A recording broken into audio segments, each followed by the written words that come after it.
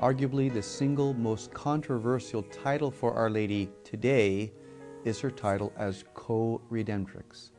And yet, my friends, there's something in this title that bespeaks of her greatest dignity, of her greatest human achievement, of her greatest meritorious victory for heaven and for earth. This is Dr. Mark Miravalle. Welcome to MCast. In our Mariology series that we've been going through on MCast, we are trying to give you a systematic treatment of the dogmas and doctrines regarding Our Lady. Now, in our other smaller segments and special features, we've on several occasions talked about Our Lady as Coredemptrix. But I want to readdress it here so that it's part of the series of the Mariology sequence for MCast, and also because we can't speak about it too much. This title of Coredemptrix, in a proper theological understanding and even in the mystical tradition of the Church, has been rightly identified as Our Lady's most meritorious moment. Even more meritorious than her Immaculate Conception. Even more meritorious than her yes at the Annunciation, although that truly cannot be divided from her yes which takes place at Calvary. So let's go back to basics.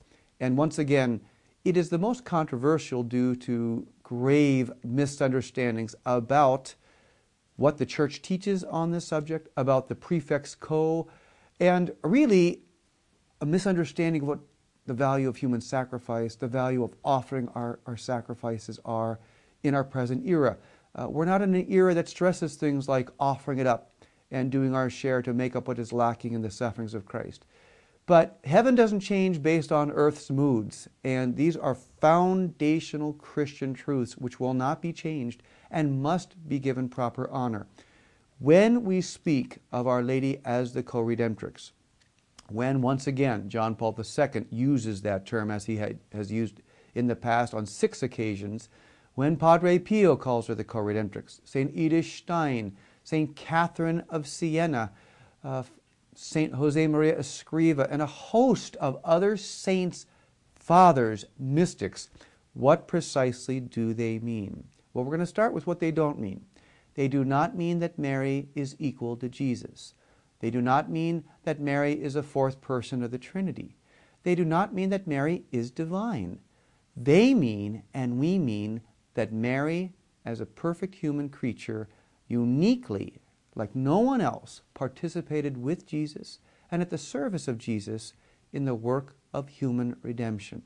So once again, if you want a bumper sticker of what Coredemptrix means, it means with Jesus in the work of redemption. And let's go after that prefix, co. The prefix co in Latin means cum. Cum means with.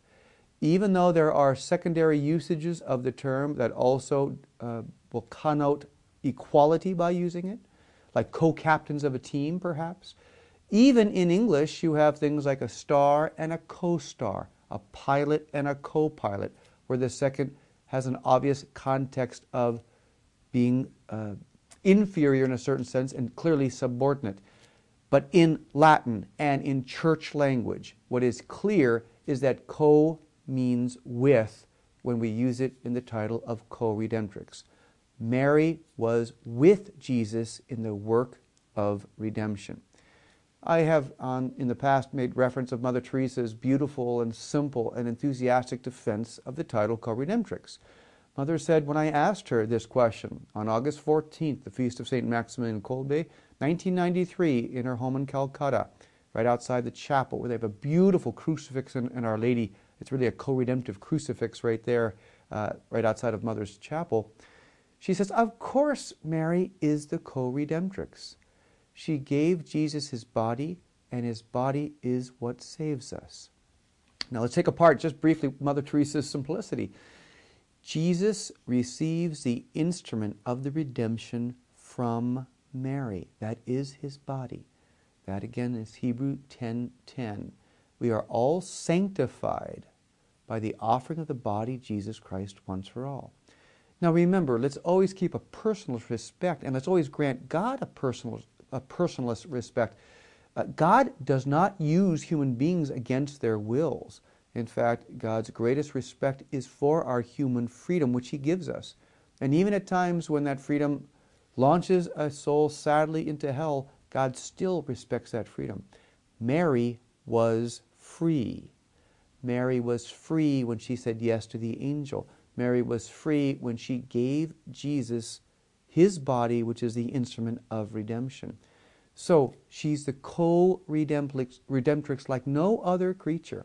No one else, St. Joseph, the Archangel Gabriel, St. John, the Magdalene, any of the apostles, the first Pope Peter, no one is co-redemptrix like Mary is co-redemptrix. Because no one, as the great Jesuit Suarez says back in the 17th century, no one had an intrinsic relation to the hypostatic union. What does that mean? That means no one was interiorly involved with God becoming man, with the Word becoming flesh, and no one was interiorly involved with the sacrifice of Jesus at Calvary.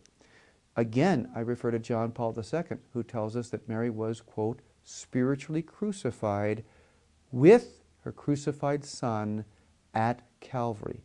And in her role, he again uses the title of co-redemptrix. So Mary is co-redemptrix first and foremost because she gives Jesus his body, which is the instrument of redemption. And then we have the prophecy of Luke 2:35. Indeed, when Simeon says to Mary, a sword will pierce through your own heart too.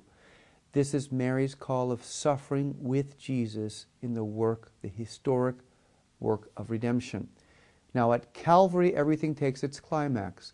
And at Calvary, Mary sees her Son, her divine and human Son, brutally, horrifically mangled and crucified. My friends, there's no bloodless crucifixes at Calvary. It's packed with blood because it's a bloody, horrific process. Mary sees her Son undergo that for you and for me. We're paid for at great price. If you want to look at the price tag, look at the crucifix. That's the price tag. Mary shared in that suffering of Jesus. The Second Vatican Council tells us that Mary indeed had a union of hearts with Jesus so that she shared the suffering that Jesus shared while redeeming the world. So this is the fulfillment of her role as co-redemptrix. What she does at Calvary. She offers the divine victim, the Second Vatican Council tells us, Lumen Gentium 58. Indeed, offering the divine victim means that Mary says, I consent to the destruction of my Son because it's the Father's will and because the rest of my children will need that to be freed from their sin. So this is the greatest human act there is, the act of redemption. It's performed by the divine and human Jesus, and it's performed and cooperated with, like no other creature, by Mary. I would say, my friends, and avoiding any sense of simplicity or even a patronizing mention, this is not a difficult truth to understand. That God wanted a human creature and that God wanted a woman to join him in the work of redemption, since a woman was part of the loss of the work of grace in the role of Eve. This is divine logic. This makes sense. And that an immaculate human being would join Jesus in the great act of redemption, it's a compliment to you and to me. It's a compliment to every human that one of us could be set aside to participate in the saving of all of us. And that one of us is Mary, and she's only there because of Jesus. So Our Lady's role as co-redemptrix is beautifully Christological, it's Christ-centered, it is entirely at the heart of the Church, and it is the official teaching to the Church, and it should be the conviction of your heart and my heart. Thanks for being with us on MCast. More on Our Lady's role as co-redemptrix as we continue. God bless you.